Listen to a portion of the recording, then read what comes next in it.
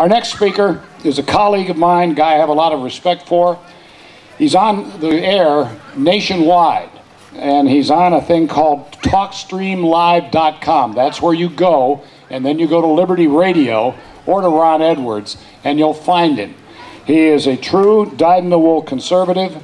He writes the Edwards Notebook, which is a feature that's heard at the top of the hour, every hour, 7 days a week on Liberty Radio. He's also on many radio stations across the country, but you can't hear him here because he's not on the radio. But then you can hear him here by going to TalkStream.com, and you'll hear his program. He will tell you what time it's on every day, because all of a sudden is it 8 o'clock? 6 to 8 p.m. on Liberty Radio, and again, TalkStreamLive.com.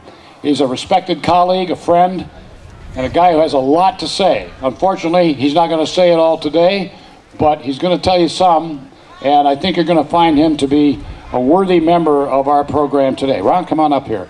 I'd like a big round of applause for Ron Edwards, conservative talk host and great guy.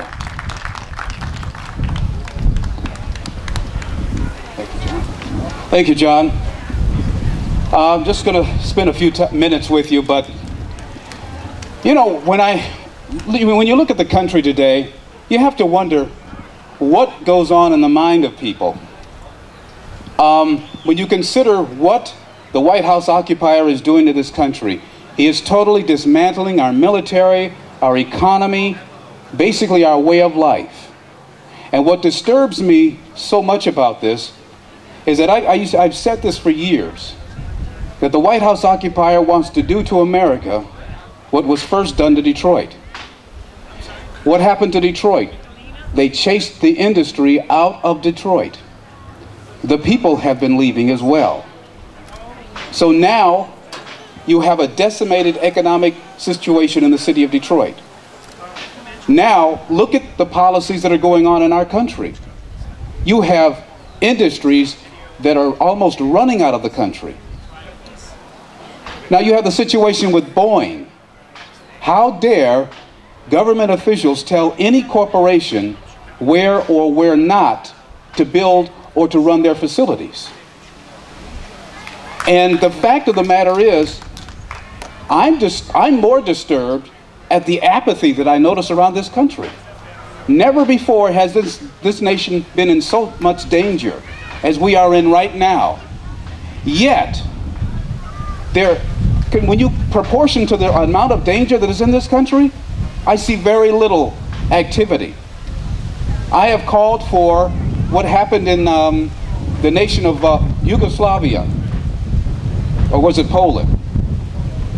Lech Walesa in the 1980s called for a 21-day fast of work to remind the government where the wealth comes from. They forget that we are the straw that stirs the drink in this country, not them. This is a government of the people, by the people, and for the people. And how dare the American people lay down and act like stupid slaves and just go on as if everything is okay, and be disturbed if you bring up these issues. I have family members who just, oh, I don't want to hear about this. I don't want to hear about it. Well, wait a minute. When they make it so that you can't even go to the church of your choice, when you cannot mention Jesus Christ, when you cannot mention the Constitution of the United States anymore, when you cannot publicly say, in God we trust, and they're working on it right now, folks. So I'm asking you, what do you want to do? It's wonderful to see everyone who has showed up today. And I'm very proud to see you. But in my humble opinion, there should have been 4 or 5 times as many people coming to this event. At least. We are in more danger, physical danger in this country than we were during the throes of World War II. Because at least during the time of World War II, in that great danger, we had the cojones to fight the enemy and to produce the warfare, the products and the things that we needed, so we could produce the weaponry that we needed to fight the enemy. Today, because of the years and years and years of dumbing down and stupefying generation after generation after generation of American students, we have a giant Detroit called America. Our economy is dying by the day. And yet people continue to fall for this stupid argument of, if you complain about the White House occupier, you're called a racist. And then people cower down because they become afraid. Oh, I don't want to be called a racist. Well, I urge you to speak the heck up and not give in to that crap. And urge your relatives and friends to speak up. Because for their own rational self-interest, if nothing else.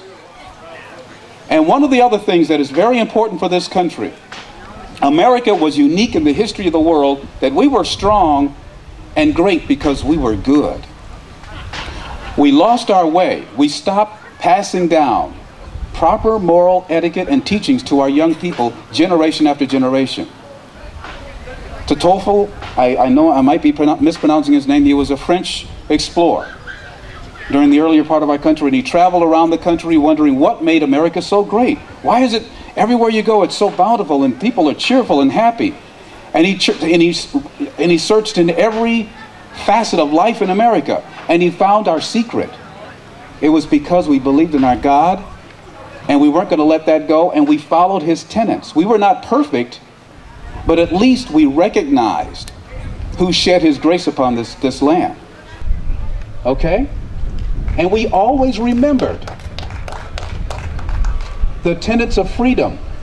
And yes, we had a hiccup, we had slavery, but so did the whole planet. America has to get over the guilt complex over slavery. It happened. Bye-bye. Okay, done. What about the slavery we're in now? Half of our income is taken. For what? To be worked against us through the United Nations or whatever? Folks, we can't afford to continue this.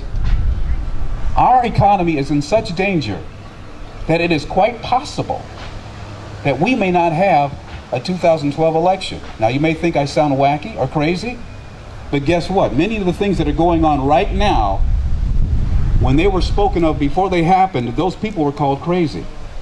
And I say these things because we need to, not because it's hopeless, because if it were hopeless, I wouldn't be here today. This is a nation of hope. We are a positive people. That is why we can win. But we have to fight to win. We have to want to win. We have to encourage our friends throughout our community to win. This is important. Our survival is at stake as a republic. God bless you. God bless America, and may America bless God. Thank you.